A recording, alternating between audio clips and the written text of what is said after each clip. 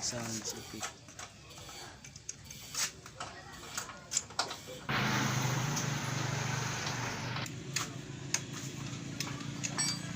Ayan guys, nalinisan na natin yung carburetor at itesting naman natin pagpaandar kung okay na ba ang kanyang andar, kung good na ba siya.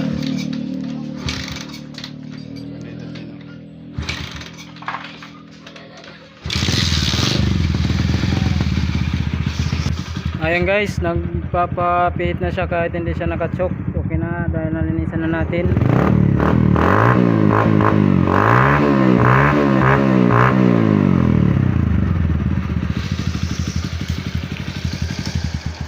Yun lang guys, thank you for watching.